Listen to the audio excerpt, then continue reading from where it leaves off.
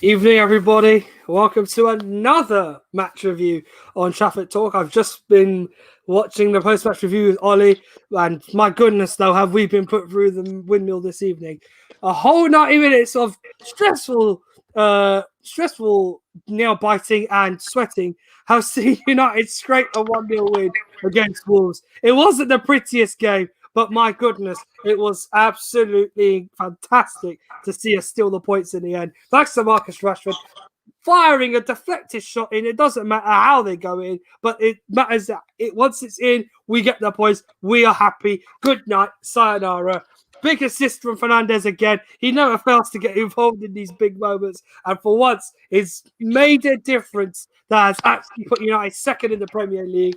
I'm not going to say that word that everyone's trying to get us in, trying to get our club's name involved in. It's not a wise idea. We're still, in my opinion, Champions League team. So we'll get a bit deeper into that one. I'm not alone. I have good old United paper with me tonight, who I'm sure was equally as anxious as I am. How are you doing, pal?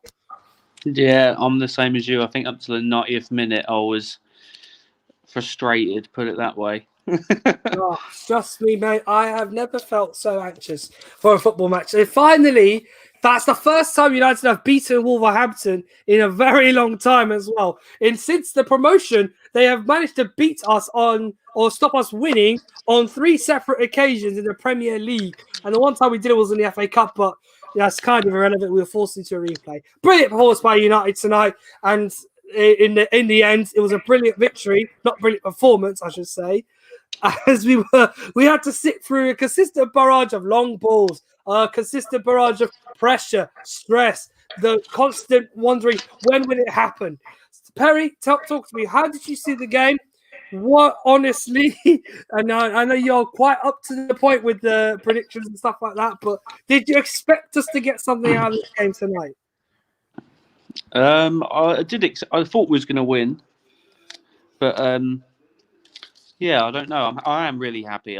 That's really good. 3 points in the bag. I thought we was going to drop another 2, but I thought we were sloppy today. I really do. I thought we had lacked energy. They seemed to wanted it more. I don't know, but yeah, I still can't believe we won. To be honest with you. Yeah, mate. Honestly, I'm so happy. Let's get into the thick of it because there's a lot. I'd try my best on these reviews to dissect the game as best as I can. But before we get to the key moments at the end, we get to the beginning. And at the very start, it was very obvious what the plan was for Wolverhampton tonight. It was to just make sure we didn't have that freedom we had against Leeds, where we get the ball, there's not acres of green for them to our midfielders to run into, and chances that could be created off the cuff. How did you view Wolves' setup? Did you expect us to be for the long haul, or were we going to be penetrating them sooner than initially thought? I thought they were good. I thought they were solid. I thought we would have had a lot more chances, but they pretty much took the game out of us. I think Cavani struggled. I think everyone really struggled, to be honest with you. But yeah, I'm still in a bit disbelief that we've got the 3 points. I thought Pogba had a good game and Barty as well. Who was your man of the match? Oh, well, I normally save that for the end of the show. Go on. No, come on. We're mixing it up. Who stood out for you? Oh, see, it's very easy. For me, it was between David De Gea and Eric Bailly tonight. Predominantly because I know Bailly will get most of the plaudits because he played so well. But I don't know how people have ignored the goalkeeper. He made some simple saves. Yeah, I agree with you. I think De Gea has come in a lot of criticism this year, and a lot of people are still calling for Henderson to start. But every game he's playing, he's making real good saves, but no one's really mentioning it. And this evening, he made 2 or 3 really good saves. Like they had some good chances.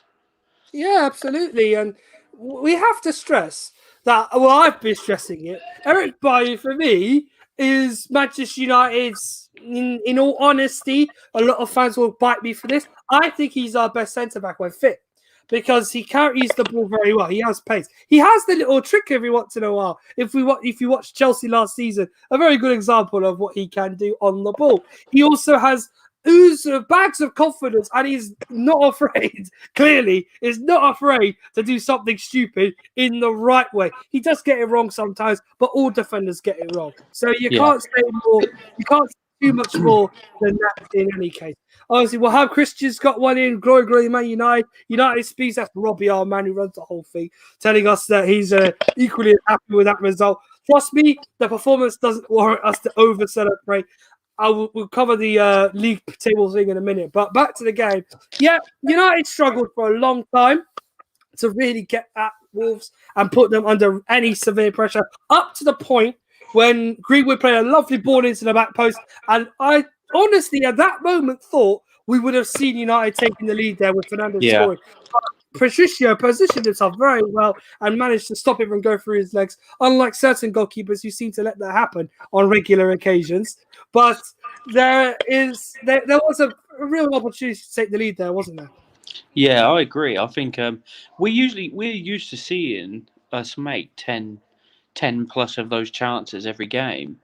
But yeah, no, if I'm honest, I'm disappointed with the performance, but I'm really happy with the lads that they didn't give up. Like, they kept going to the last minute, and yeah, I think Maguire as well. Like, he gets a lot of stick, but like if you go back to the times before we even had Harry, look how bad our defending was. At least there's some stability there, and the fact that he's available 24/7 pretty much. Like, to me, that is like phenomenal. Like, you could have the world's best defender, but if he's never fit, what good is that to anyone? Absolutely. We've got someone like Harry. Like, he probably isn't worth the 80 mil tag, but he's solid, and he is there every game, Mr. Reliable. Absolutely, he's made a huge impact tonight, and I feel great that he came up good for him tonight, only because we had, I'd say, a fair few chances in this game. Let's just get Jordan involved. He's also supposed to be joining us on the show tonight, and I'm sure, like us, he will be relieved that we got through this evening. Jordan, talk to me, mate. How did you see the game? And despite the fact it was very boring for a while, we got through in the end. Well, we got the 3 points. There's not going to be much to talk about, to be honest, but all that matters is the last 2 minutes or so. Yeah. That's all that we really have to talk about. Absolutely. We were just talking about a moment or so ago how critical it was that United got a result of any kind today. How they started the game was a bit frustrating as well, with Wolves playing a very deep line and giving no real effort to put United under any severe pressure until they go on the counter-attack. And they did that quite a lot in this game. Did you view at any point or feel at any point United would get caught out by committing too many forward and someone's getting an easy, cheap goal on the counter? Well, there was a couple of times, I suppose, where the Wolves fullbacks were causing us a wee bit of problems at times. But nothing too much. I think they're really missing Raul Jimenez, I think, because they don't have anyone they don't have a focal point of their counter-attacks. So there was a lot of times tonight where they attacked and didn't really cause any problems to the final ball. Yeah, so, I wouldn't disagree with that. I think we were all right.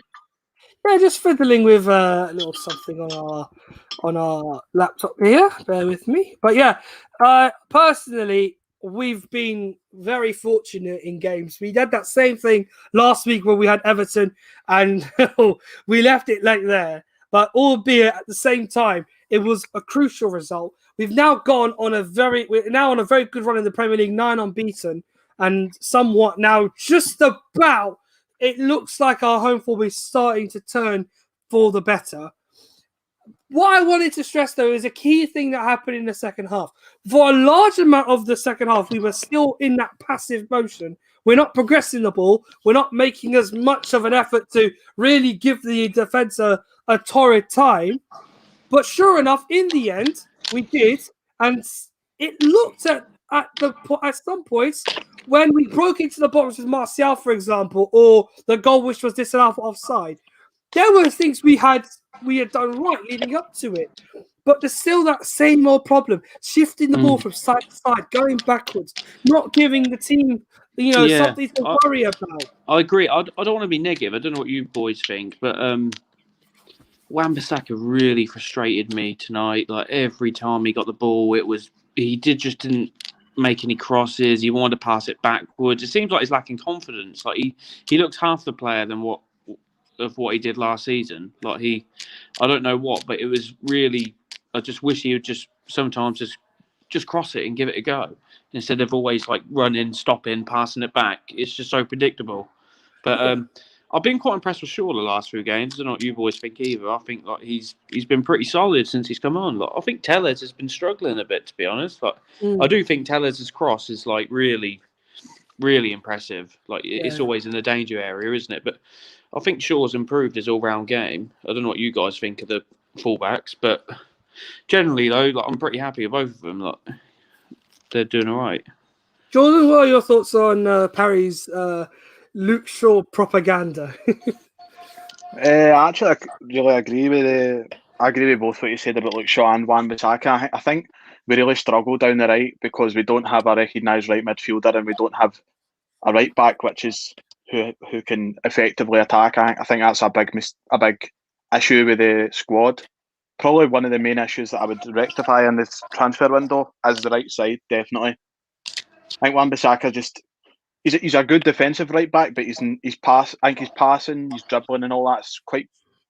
Yeah, like he's not an attacking right back at all. I might be being harsh because I do feel a bit sorry for him because we don't really have an out and out right winger to offer him some support. Sometimes I feel like it's just him doing everything, but he just looks so like he doesn't look comfortable on the ball. I don't think he just like I don't know. He looks a bit gangly and a bit like I don't know what I'm going to do next and a bit. Well, I'm okay. Yeah, everyone's gonna start harking back onto the Sancho thing, but I want Amad Diallo to do really well for this club. We're about to see him. I believe would be the FA Cup tie, which is my best hope. We should see him in the FA Cup tie against Watford. I want him to not only play that game, but to show us what he can do. Because he would have been in England for no more than 4 to 5 days. It would be his first game. And it would also give us an opportunity to really see what he can offer. And if it will be better to then tell Aaron, you don't have to make so many overlapping runs because we've got someone now that can not only run with the ball, that can keep it close to their feet, but can shoot as well. Yeah. I mean, we're not a lot of fans are hyping him a bit too early. I'd say wait till he plays. But we're about to get someone who I think is one of the next big things to come out of Europe. So, albeit hopefully with touch wood, we have a good one coming in very soon who will hopefully ease Wan-Bissaka's problems. He does have that lack of competition at right fullback, which is the overriding factor in his fortunes as a United player right now, because he will know every time he gets into the team, life is simple for him. He's relaxed. He's got nothing to worry about. The grand scheme of things, however, is we will need at some point to increase our depth in the team. And I think somehow I suggest, again, don't focus on the superstar signing. Just get a team with enough depth and ability to play a role in matches when we need them the most. During gritty times like these, when we have games back to back to back, we can call upon. For example, I'm not saying we should sign him. We can call on, for example, a Trippier. We can call on, for example, a Zakaria or a Caicedo, or these kind of players that can come in and make a difference, or just dabble in the academy a little bit. These are opportunities that players deserve. FA Cup is the best opportunity for them to make a difference. Not all of them will get a shot. I think the team still needs to be strong enough to get us through the competition, because essentially it's still a trophy we should be participating and taking very seriously. But yeah, a lot of these players who've played now the last 5 or 6 months should really start to get some rest out, and none better opportunity than Watford at home in the FA Cup. Whatever happens in that game happens, but it's still a priority to play a team strong enough in that game to get us through, because we have Aston Villa next and then Manchester City should that game go ahead. Obviously, we are in doubtful mood because of yesterday's news with the coronavirus ravaging through their training ground, apparently. But to ask you, lads, tonight's result huge.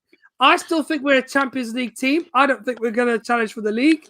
I want to hear what you guys think about the crucial nature of the 3 points, first of all, but also the fact that we are still in that place, the place that I think is good enough for us to just build form on instead of think about what's above us. Yeah, I don't know what I agree. I don't want to be negative or pessimistic, but when I see this team, I don't think they're title winners. I really don't. I do think we're a top 4 team. I think that's where we are. I think we're good enough to get out of the league stages and push in the Champions League, but I do think we're missing 2 or 3 players to really push us on. But I'm really happy. It's the happiest I've been in probably 6 or 7 years with this club. Like, it's the best position I think we've been in. Like, I know we finished second with Jose and we have won cups, but for me, we're playing good football. Like, it's like, I know obviously tonight was a bit of a hard game, but yeah, I don't know what you guys think, but for me, it's the happiest I've been in quite a long time with the club. It feels like we're progressing. Jordan? To be fair, I don't think the team's definitely. I wouldn't look at that side and think they're title winners, but I definitely wouldn't rule it out. I mean, the teams around them. I don't think this season's quite a strange season, and that we're not going to see a team going and getting 100 points. I think it's going to be kind of similar to the season that Leicester won the title. I don't think it's going. Obviously, the title. Can't see Leicester winning the title or like any team of that size, but I wouldn't rule us out winning the title this season. I don't think Liverpool look fairly inconsistent. I know, man, we haven't been exactly completely consistent either, but I don't think. I'm not 100% confident we're going to go and win the league, but also I'm not happy to rule it out at this stage. I think second at the new year is quite a decent achievement for a team definitely. That, considering the transfer window we had and the first few games to the season, we were backed for. But we weren't even looking as if we were going to get top 10. Yeah. So now we're in a position where sorry to cut you really... off, Jordan. I don't know what both of you guys think as well, but if Jose got given that window, what Ole had, I know obviously we did make some signings, but they wasn't the players what Solskjaer wanted. He didn't really get his targets. I think I'm happy with Solskjaer's just got his head down and just got on with it. Whereas I don't think Jose would have. I think we would have heard all the negative stuff would be coming out, like we see before, moaning about players, the transfers. Like I think Solskjaer's just kind of got his head down. If you look at that, like if really on paper, us and Chelsea were pretty much level evens last year, and look at the backing Lampard got. I know we did still sign players, but to the extent it wasn't nowhere near. And I think Solskjaer's done all right, really, with what he's kind of worked with what he's got. Well, personally, I could imagine Mourinho's windows being very frantic ones. And we've seen a good example of this. When he asks for something, half the time, if you give him the proper backing, like Chelsea did in the double winning season, then he will be able to develop a team that is robust, does not concede a lot of goals, and will compete as best they can in Europe. He didn't get to win the competition with Chelsea in that era. He tried again later on with almost a similar scenario, managed to win the title, but couldn't get them past the last 16 again. Mourinho with United, however, the first season, when he got the window to build a team, he made 3 or 4 astute signings. 2 of them I thought would be successful ones. I would have thought Eric Bailly would be a success. I thought Henrik Mkhitaryan would be a success. It turns out Mkhitaryan didn't work because he, coming from the Bundesliga, couldn't adapt to the Premier League very well. He did only do, however, he did make a well-equipped and can't be ignored because he was one of my favourite players I've ever seen with the ball at his feet. He won us the Europa League with his wonderful run of goal scoring in that competition. And I don't know why it didn't work out for him, but it just didn't. It showed, though, the next summer, he still didn't get the backing he needed. He brought in Lindelof. He brought in, who else did he bring in? Lukaku, just as an example of a couple of the players we brought in at that time. And still, the team wasn't progressing as much as it should have been. Though we were playing better football and we were adapting to the system that Mourinho asked the players to play, we were just not able to match Manchester City and unassailable and incredible football they played that season. So First season wasn't good. So let's say he wasn't sacked. He got another 2 windows to improve the team further. I don't know if we would be. Obviously, this is tempting fate. I don't know if we'd have won a trophy, if we would have won, if we would have finished top 4. Because nothing was guaranteed with us. And our start of the season under Mourinho, after we didn't get Maguire the first time, wasn't good. So Solskjaer now has a team that is understanding his not plan. It's not a philosophy, I hope, but it's the plan of simply getting the ball down and attacking them as best as you can. Instead of us, though, having to sit there and watch it go from side to side, week in, week out, sleepy football and all that stuff we saw with Van Halen next year. But do both of you think that we're progressing? No. I think we're missing 2 things. A defense, number 1. Defense is winning you championships. Attackers score you goals and win you games, but you need a defense that is a championship-winning defense. As much as I rate the way we've improved defensively, in some cases, since we lost 6-1 to Tottenham, that being the worst it got, I think, Leipzig still, as I keep mentioning, Leipzig, the way we defended the first 15 minutes of that game, still quite literally gets at my neck, that one, because of how shocking we were dealing with the wide overload. It seems that Solskjaer dealt with that as well against Wolves, knowing that he didn't want the fullbacks to get too much space and freedom down the lines the way Leipzig did. We still lack a defense that is disciplined enough to be able to reduce the goals conceded counter. We're still lacking a commanding figure in the back line. While Maguire's doing a good job, I think he's better if the pressure's off him than it is when it is on him. He's got the captaincy on, so that is obviously a difficult thing for him to master, having to be captain and at the same time put the pressure on himself to play a very good game. And tonight, though, I think Eric Bailly complimented him very well. But again, we need a commanding figure. See, what do you think, Jordan? See, to me, this is the best team we've had in 6 or 7 years, to me, since Fergie. Look, I know we've won stuff, but I don't know what you think. To be fair, I don't understand why you're saying, Ahmed, that you don't think we've progressed. I mean, I've said this quite a few times this season. I mean, obviously we've had setbacks this season. Obviously, the 6-1 against Spurs, we're out the Champions League. But I don't think I've ever been this happy as a Man United fan for such a prolonged period of time. Yeah, I agree. For a long amount of time. Like, we're talking 6 or 7 years. Yeah, I don't mean to sound cynical, but this is more like the pessimism in me. Because of what happened in Germany, since then I've thought, we've let the one thing we fought for last season, get away from us. So we've recovered very well. Yeah, props to them.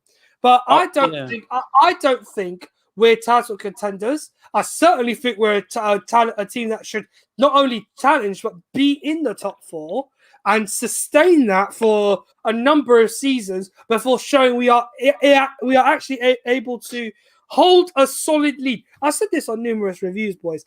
Until United are leading by far, I don't want us to be on a narrow. In a narrow situation here. I'd rather us 10 points clear than 2 points clear or 2 points behind, because it's equally frustrating. Either way, you will always think the other team have to struggle for you to make up the ground or extend your advantage. This is why I don't think we're title contenders. I'd rather we've progressed. I'll accept that we have stepped up a little bit, but see, to me, this is the best team we've had since Fergie. I don't know what you think. Would you agree or not? I agree. It is the best team we've had since Fergie, but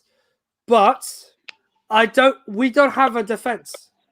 And see, I don't think. I agree, but I don't think our defense is as bad as what you're making out. I do think our defense is pretty bad. Horrible. But it's not a horrible defense. I am taking that I'm not taking it as in they're the worst defense United have ever had. We've had a lot worse. Trust me.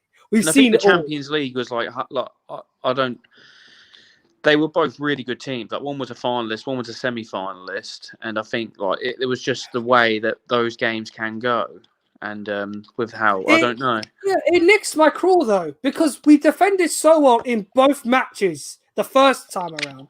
There is obviously scope and time for the position managers to learn what we can do, and you can then, if you know they're going to try and adapt their plan to, let's say, stop you doing what you did the first time, you can sort of counteract that.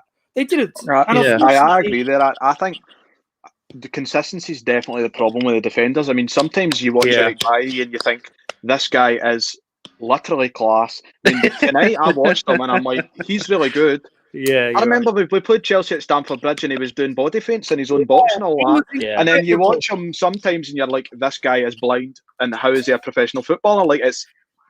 Yeah, I love him, Eric Bailly is so frustrating to watch for me. I think he's the most frustrating.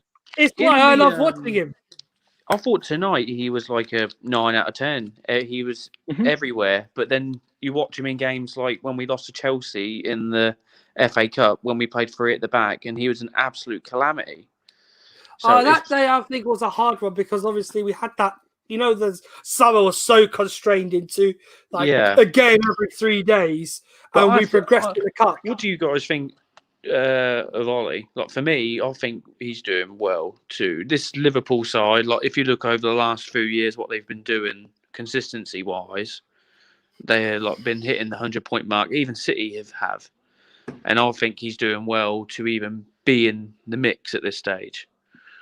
With Ollie, Perry, it's a very difficult situation. Not because I don't like him. I think he's done so well to recover from what I call a horrible night in Germany. And it's still next my craw. He knew what to do. It was just so simple. He just had to get a point. And that night I flipped out. I felt like I said the wrong things that night. This evening, obviously, the way the game has worked since then, and how we've played, it has changed my opinion. And I'm a lot calmer about him now. I'm not as cynical. I'm not as aggressive towards him. I will still criticize him if a mistake happens. I will still say if he doesn't go well for you, you are going to have to take the blame here because this went wrong or this went wrong. So with the Champions League, I genuinely thought he knew what to do and he didn't get it right. He's recovered very well. He's taken the criticism of that evening very well. He's adapted the team. He's managed to rally them. He's managed to convince them that this is actually an opportunity which you, not us, we as fans, can only hope for the best. It's an opportunity you guys can grab and take with both hands. If you want it, though, you're going to have to show it. And they've shown it in the last 8 games. I think he's done quite well with the Pogba situation as well. Yeah, he's because like let's not forget a couple of weeks ago, this was like the biggest, it was the night before our biggest game. It was our biggest game in years. Yeah. And it's kind of all been swept under the carpet, really. Absolutely. To be fair on Pogba as well, I think actually after the whole thing with the agent, this is probably the best spell Pogba's had in the team. Probably one of the best spells he's had since he came. So sometimes it's just like unbelievable some of the things that happen. I mean, I would not have predicted after the comments that Mino Raiola came out and made about Paul Pogba, I would have not predicted that he would have then went and got a goal at West Ham and then I got an assist at Sheffield and then I thought he was probably one of our best players tonight, if not one of our best players tonight. So it's just another thing as well. Like me personally, I don't think Ole is a person to lead us back to glory days, but I do think we still need. I think he is bringing everything back what we need at this club, and the amount of good work he is doing for me is like promoting the youth. There's improvements from the players. Like if you look at when the team he inherited, Rashford and Martial weren't even really starting. And I know Martial hasn't really had much luck this season, but Rashford's form is absolutely phenomenal at the minute. I can't disagree with that. Something's just clicking in my head as I'm thinking as you're talking there, Perry. He has kicked on quite well this year in 2020, and he deserves it. We have another guest with us. He's a bit late, but here he is, inviting on Bits and Bobs. Nice to see you, mate. Welcome. Yeah, so what? It's your boy Bits and Bobs. Sorry, lads, I'm on the terrace as well, so had to go do the review there, man. But thank you for having me on. Seriously, Absolute how are you all pleasure. doing? All right? Very, very well, thank you. It's lovely to have you on. Those of you who nice don't to know, have you. going to plug him a little bit. Our big man Robbie's done a lovely community talk show with Bits and Bobs, who spent a good few minutes with him talking about all sorts of things about United. It's a good one. We recommend you watch it on our YouTube channel. If you do, please subscribe, hit the like button while you're here as well. If you're on the Twitter, follow us, share the video. It would be greatly appreciated. Bits, talk to us. You saw what we saw. Honestly, we've talked a lot about United, but the game for us it's like the back of our heads already. We're thinking about the next one. How did you see tonight, though, against Wolves? Listen, I'm going to be honest with you. I called them everything from pricks to idiots to boring to woeful to arseholes to everything. I'm walking about, pacing up and down my living room thinking, we've bottled it.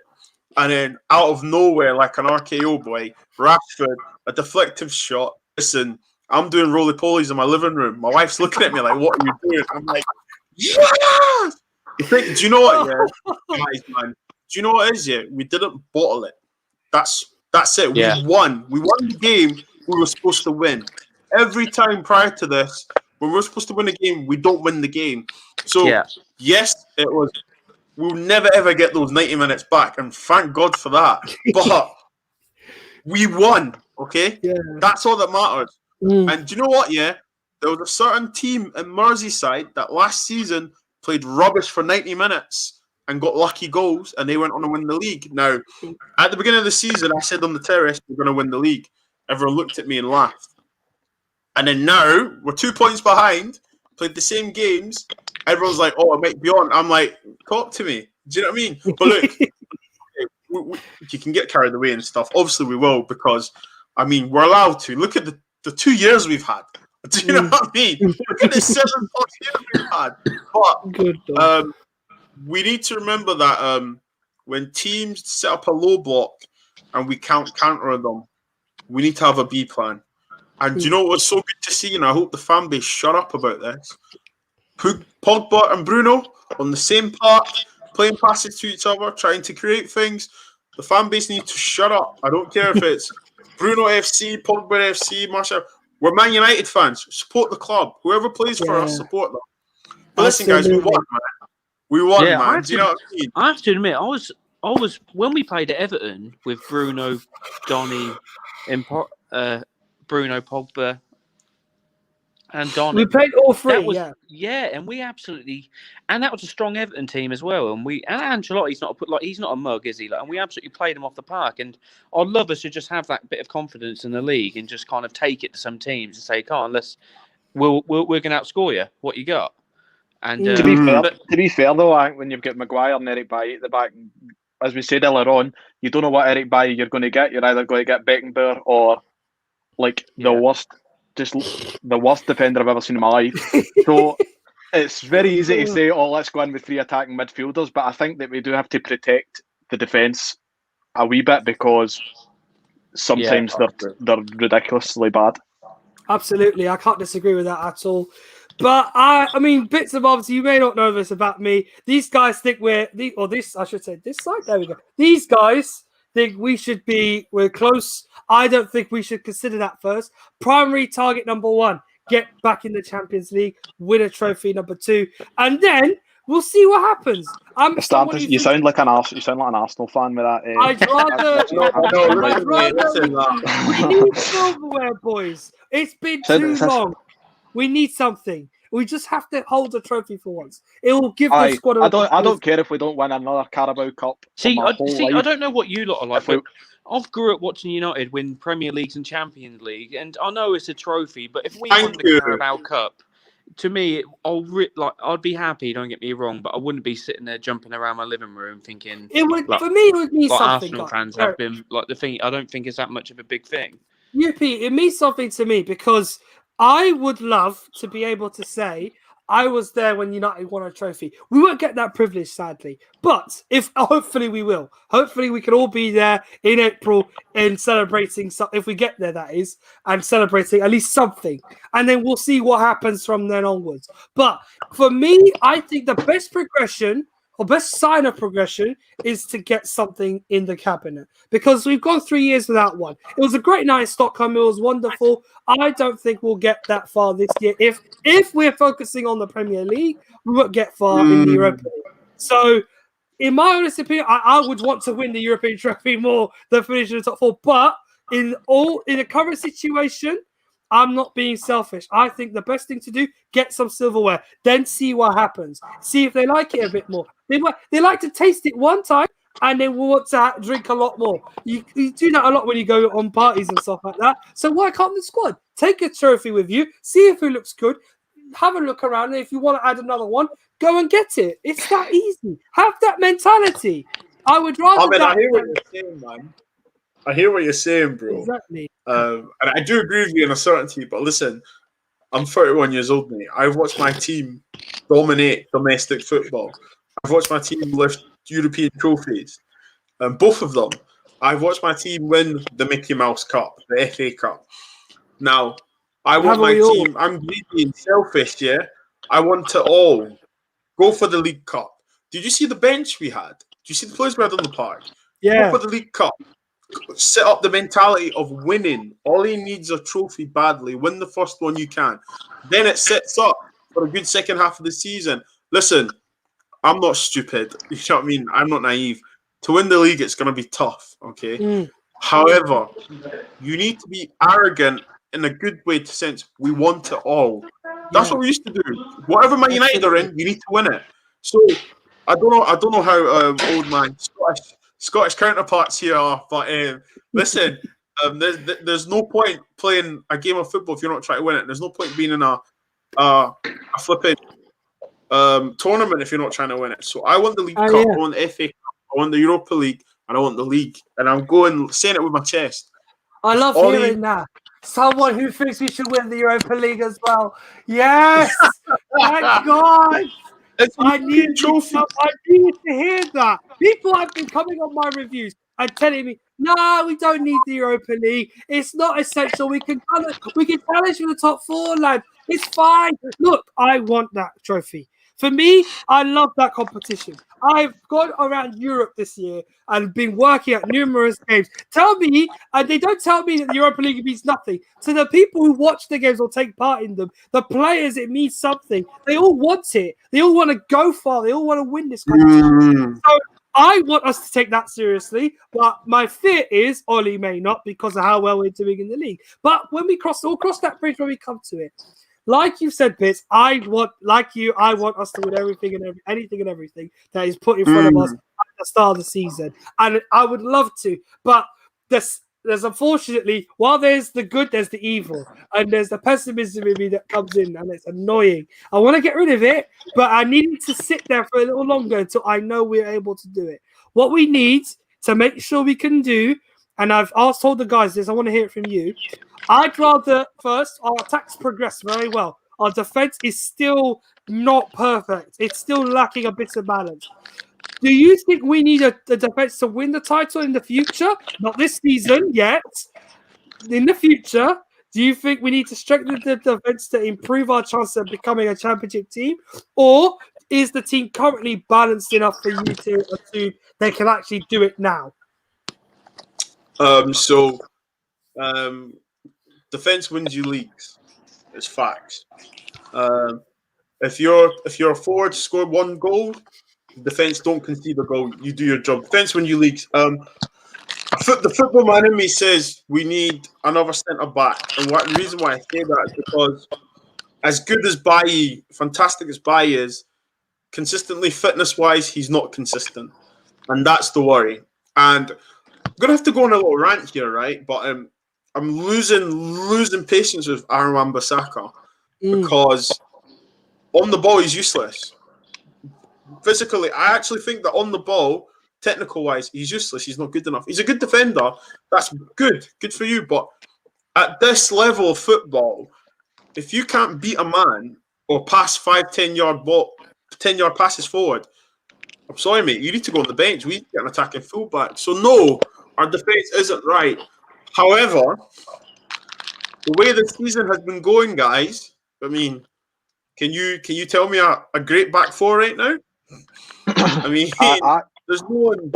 I think defending as an art has went down. Personally, I think Van de Beek. You got it right. Don't worry. I think he's the best out of a bad bunch of defenders. What I want is a athletic centre back beside Harry Maguire or Lindelof, whichever one. I want Alex Tellers to try and complete a game of football more than once, and I want a DM. And I think what's more realistic is probably Bissouma at Brighton. Personally, I'd love Ndidi. But Leicester's not going to give us Ndidi. Let's be honest. We already robbed them once. We can't have them dealing with us again.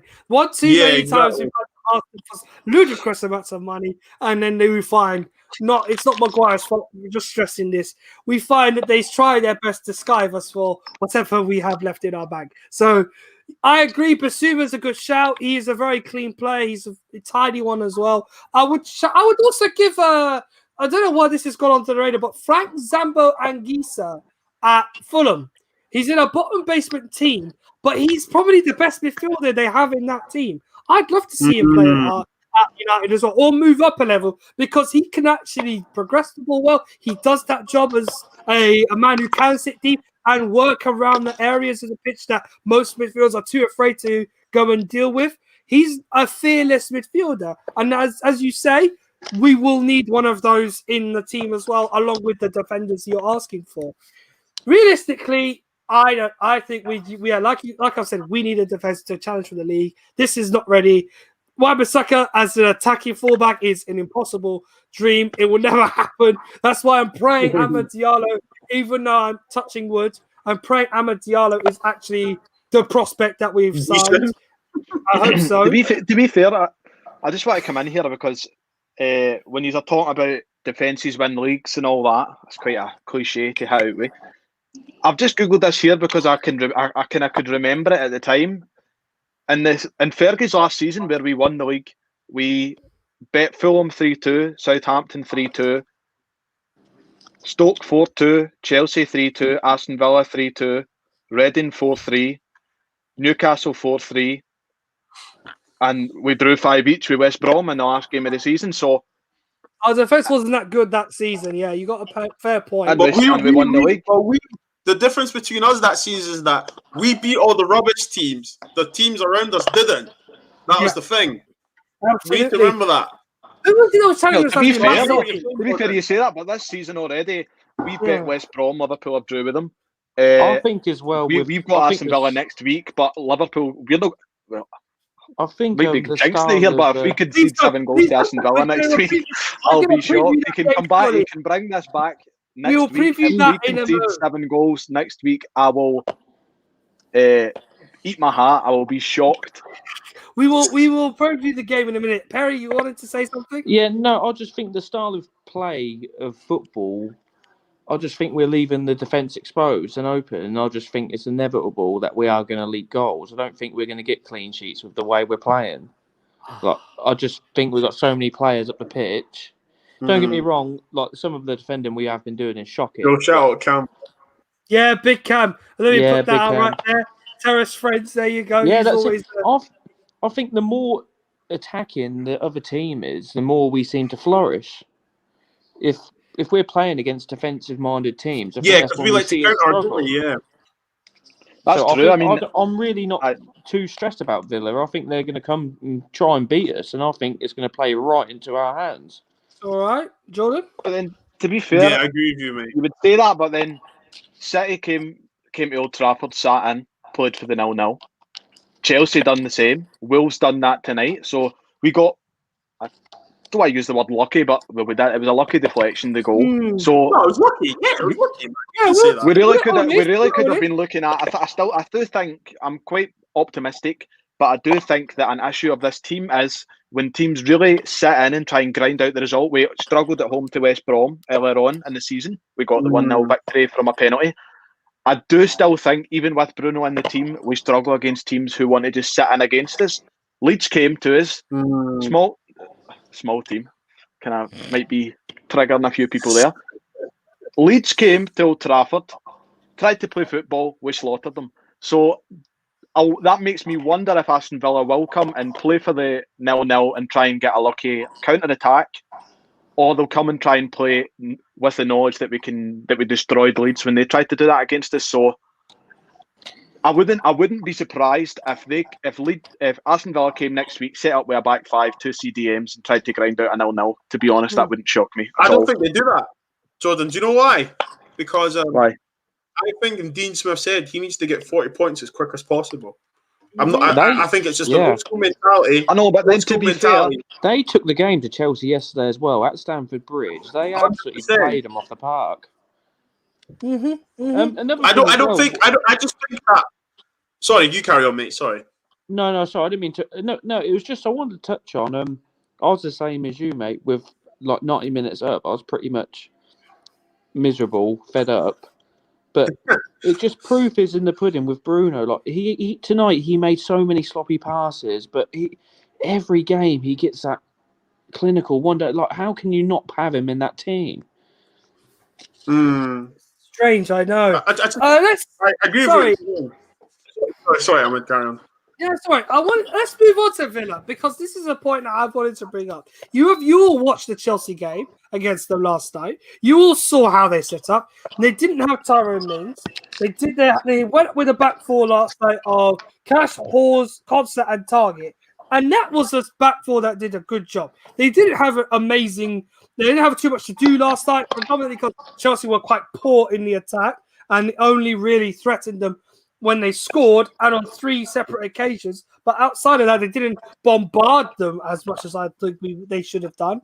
And Villa really profited from Chelsea not paying attention to the game. So tonight, we couldn't deal with overlapping wingers at certain points, like we did against Leipzig. We couldn't deal with the overload on either side. If the ball goes over a top the first time, they'll want to put it back in.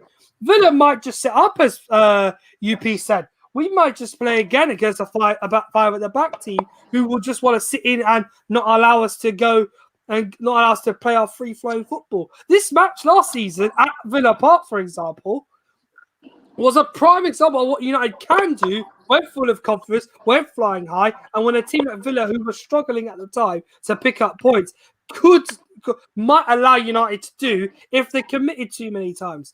But then there's also the version of United from the early part of last season that drew with Villa.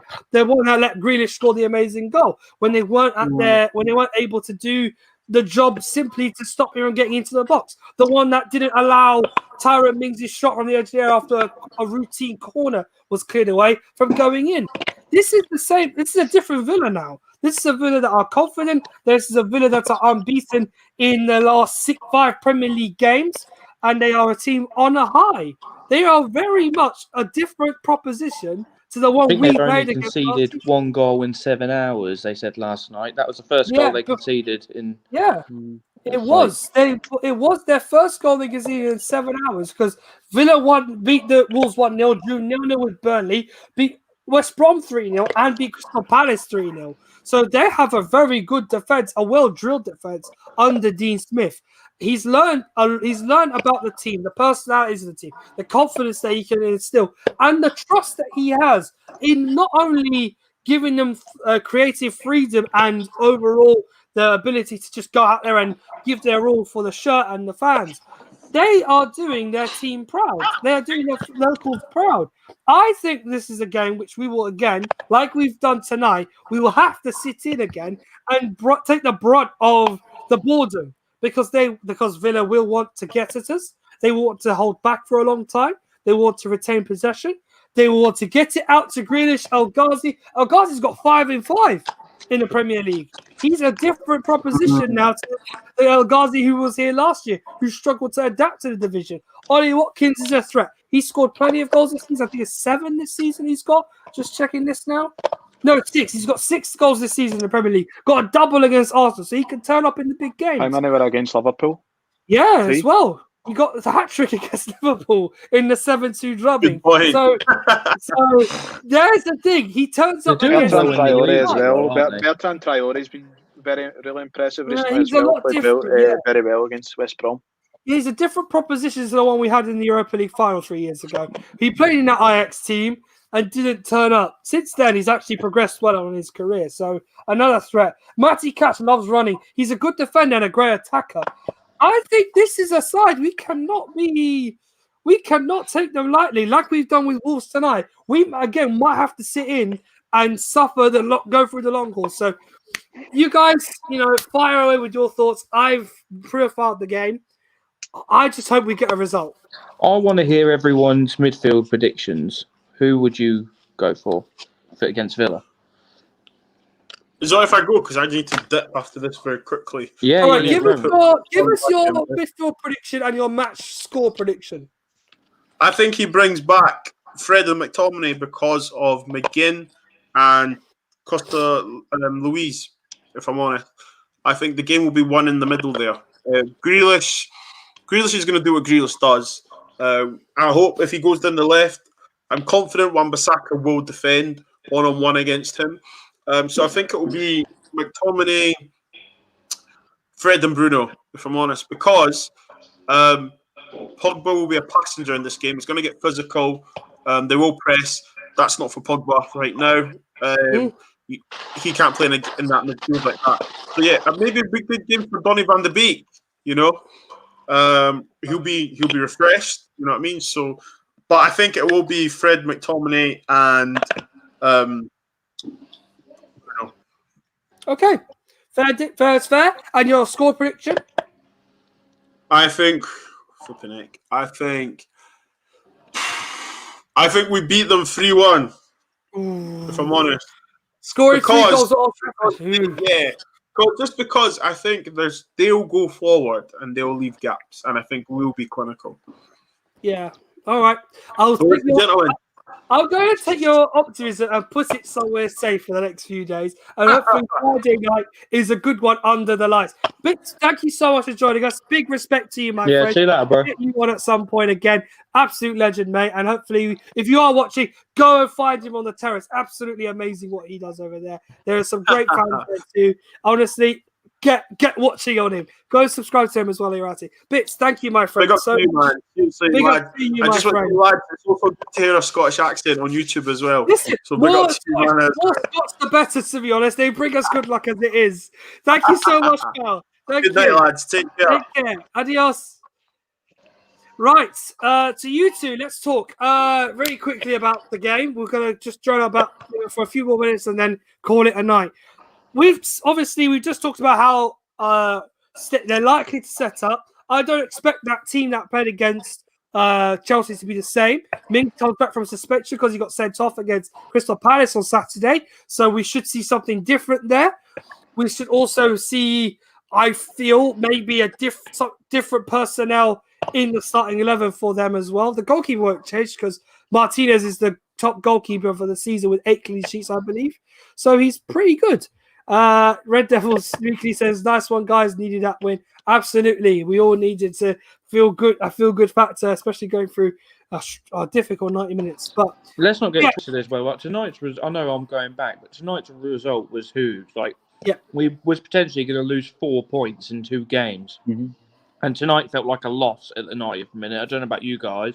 Yeah, absolutely. What a massive 3 points. Absolutely, because when you think back to Leicester on Saturday, the what-ifs come back again. Because those 2 points we dropped on Saturday would then put us top of the league. We would have been first tonight. And again, I'm playing devil's advocate here. Don't want You sound like we're on the title charge, Armin. I want us to call off over the Champions League first. Let's just get back into the competition. Then we worry about the other matter later. Look, what happens. If we end up top before then, we end up top before then. I'm still going to treat it like we're still in a Champions League race. I still want us to play this one by game, and the next game is Aston Villa. So we are still in a position where it's in our own hands, our fate in getting into Europe, while everyone gets carried away about other matters. Essentially, we need to get a result on Friday night. It's a 48-hour gap between now and then. Villa will not have already played Chelsea last night, so they get that little extra day's rest and the ability to play Wolves so they can see how they can set up against us. What are your honest feelings on this game? And do you? I hope you have that positive outcome. What do you hope to see on Friday night?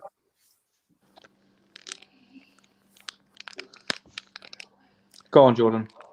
Well, I just hope that we don't. I hope it's not the same as tonight where we struggle. I hope they don't sit in against us, and I hope we don't struggle to break them down like tonight, because it was a brutal watch, and I would rather have a nice, entertaining football match to watch. To be honest, hopefully it's a bit like Leeds, where we're 2-0 up inside 4 minutes.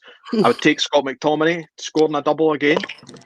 Quite like that fellow Scotsman getting a double on the score sheet. So, I don't know. I think he will go with Scott McTominay, Fred and Bruno as well. I think that they kind of suit these kind of games, because I think John McGinn, someone will need to neutralise John McGinn. I think that'll be Fred. I think McTominay is similar to Matic in just the kind of mould of the player that he is, but he needs someone next to him, because he's not completely on the level that Matic can be at times. Matic is obviously poor at times. Sometimes I think Matic is too slow. I think that's just his age. I agree.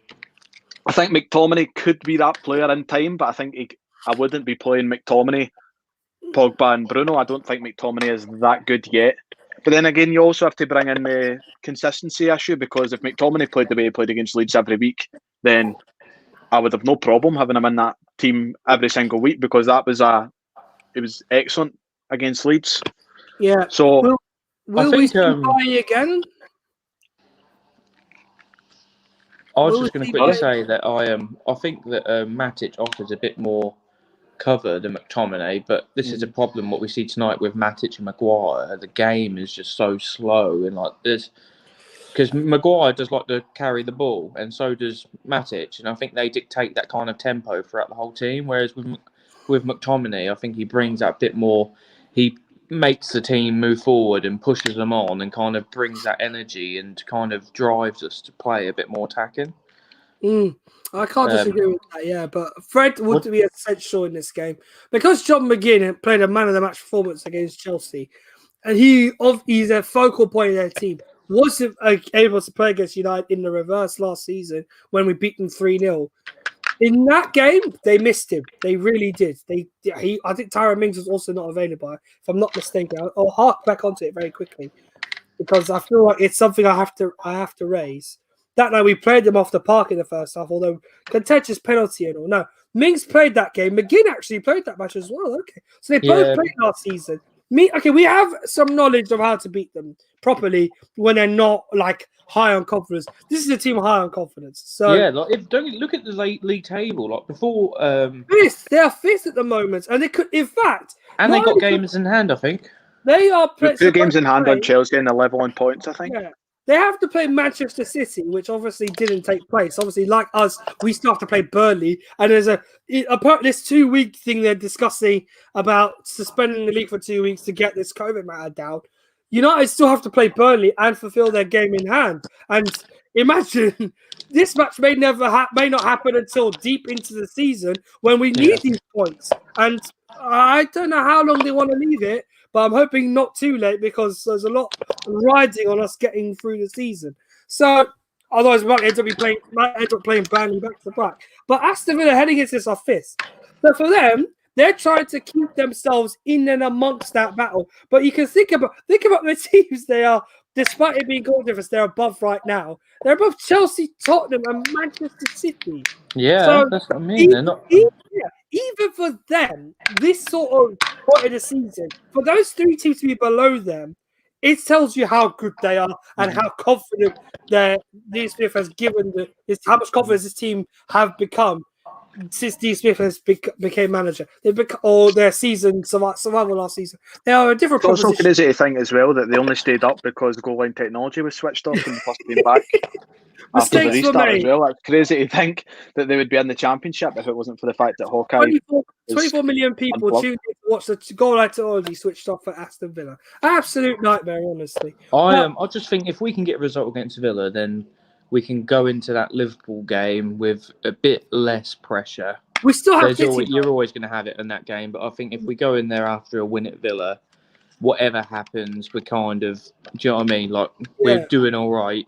We still have to play City. which I think is still as important a game as Liverpool, because after City is Watford, and Watford's the chance to rest players. So I focus on getting the result now, and then I'll shift our focus onto Manchester City the following week. Hopefully, if the game does go ahead, because obviously COVID permitting, still problems in the Man City camp, and there's doubt that they'll be able to play against Chelsea this Saturday. Sorry.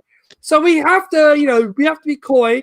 Our season could be, sort of messed up by Man City's, reluctance to deal with the coronavirus properly, but. It's best that we can do. Obviously, we've all agreed on the man of the match with Eric Bailly. You wanted to say something?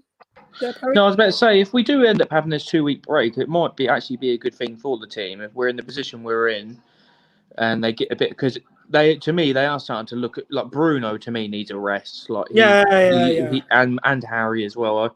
I think I can't remember the stat they said the other day, but the amount of games he's played, freakish last 12 months, freakish amount of games.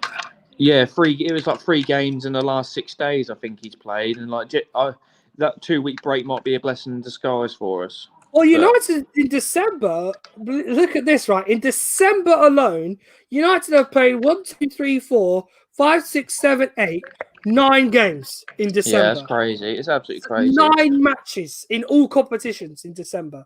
So, and I know he's rotating it, but it's still that core group of players, isn't it? Fernandes, Rashford, Martial, Maguire, repeatedly you see them playing in those matches. For them to get a rest, I mean, while it's annoying as fans that we have to wait, we'd have to, sit at home for 2 weeks with no football to watch, it would help the players in a way get their fitness back. And anyway, normally we would have a winter, sort of like a de facto winter period where the teams are off for 10 days. We had this last year when United had I think, what was it?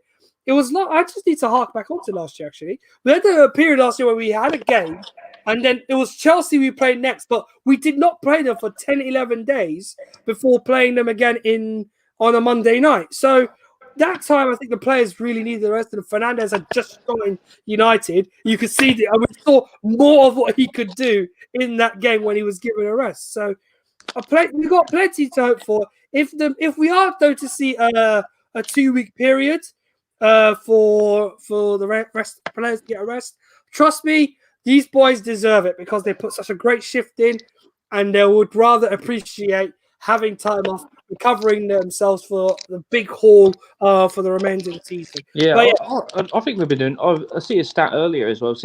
Since January of last year, out of all the teams in the league, United have got the most points out of everyone, which to me is a phenomenal. Like it just shows it like how well we're doing. We have 60-something. I think it's 60 points since Fernandes signed for United. So we're technically top of that. We're not in the City side. We've been top of that league.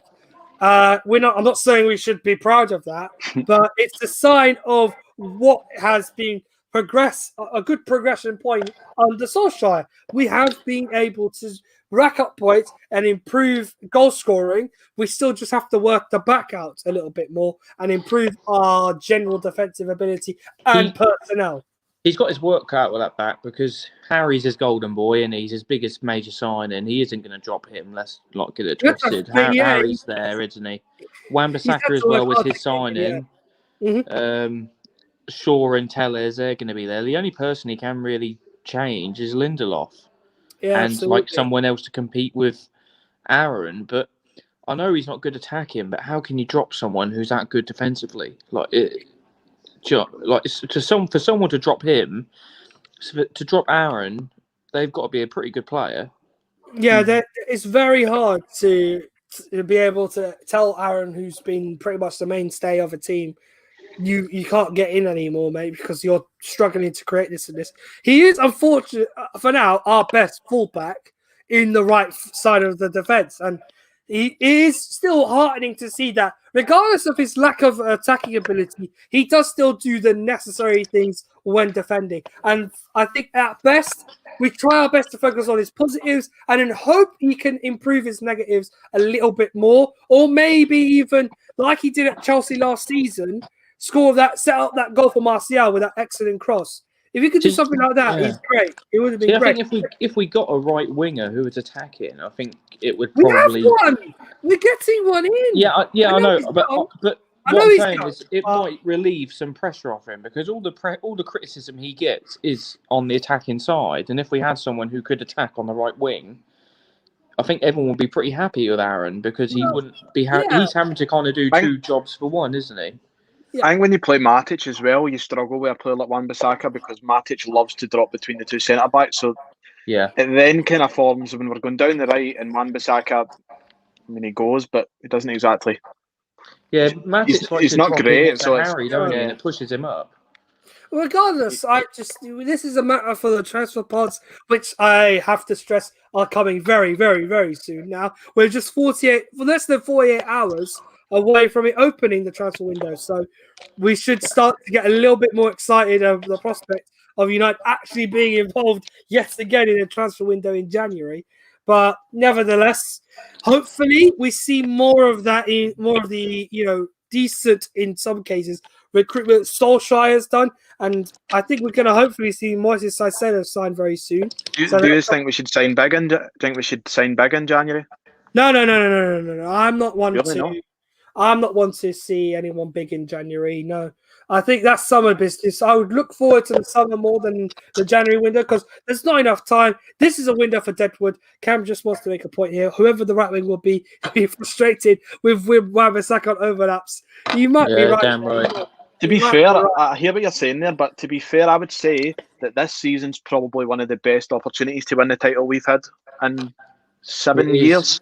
Yeah. So then you could say, go out, get a decent defensive midfielder who can play on their own to free up the other two spots for attacking midfielders, get a right back. To get a big player in January is very hard. You need him to be super frustrated at the club he's at to be able to say, I don't want to be here anymore. Let me sign for United because they're second in the league. They're progressing. They could be title winners this season or something ludicrous like that. A Varane, for example, I'm not saying this will happen. A Varane, Zakaria, or even someone as good as Sancho won't leave in January. Dortmund don't expect him to go. Mönchengladbach don't expect Zakaria to leave. You would rather place your bets more closer to home, especially with the Brexit deadline now very close. We are pretty much going to have to stick with our guns in England and probably take Basuma from Brighton. That should probably be raiding the Scottish League soon. Well, we could probably raid the Scottish leagues, I hope, if we see something good up there. But no, we should really. James Tavernier's been in good form at right back for Rangers this season. Steven Gerrard won't sell to Manchester United. He's still got that bitter feeling about. He has been, off topic. I think he's been doing pretty good. Celtic are that dominant force, aren't they? And not this season, no. No, but to be fair, I mean, it's still early days. Last season they were very much up there, and then they really collapsed after the winter break. So I think people up here are still very other than Rangers fans, people are still very cautious to say they're going to win the league. So I do. Yeah. Gerrard's definitely. Rangers have been a shambles for 10 years now, so Gerrard's definitely made them so much better than what they were. Yeah, hence why I'm coy on him seeing people leave in January. I think he's more going out to recruit so that Rangers go far in Europe and secure the title this year rather than sell anyone. So I wouldn't see Tavernier leaving. I also think, again, I still believe if we're to recruit anybody, it's going to be within the shores of England and not outside of that. So, all I can say is we're hoping for some positive news in the near future regarding transfers. But I think we've covered an hour and 10 minutes of ludicrous madness on this podcast tonight. On a match review / preview for Saturday or Wednesday. Feels like forever and Friday now. I can't even remember what day it is. You need to go to bed now, mate, I think. I need sleep. I need to get a tea in. I need to get a couple of toasts in. I'll go to sleep. But Thanks it was nice to everyone. speak to you guys tonight anyway, Pleasure. but yeah, Thank let's you so celebrate. Aye. Let's celebrate. Yes. It's the best position we've been in so Yes. many years. Absolutely. So, Manchester United end tonight second place in the Premier League after BC Wolves 1-0. A fantastic result, a massive 3 points as we get closer and closer to hopefully the Champions League, and then we'll see what comes after that. Title chart. You know, See you later, lads. whisper it quietly. We'll see what happens. Thanks everyone for joining us. Please like, subscribe, share the video out if you're on YouTube. Same on Twitter. Follow us if you're watching us on the Twitter as well. But Man United second in the league, ain't too shabby. Until Friday, which will be for the review. Hopefully, we'll get that on out sooner as soon as the game's over. But from me and Perry and Jordan, thank you so much for joining us, and we'll see you very soon. Good night, everyone.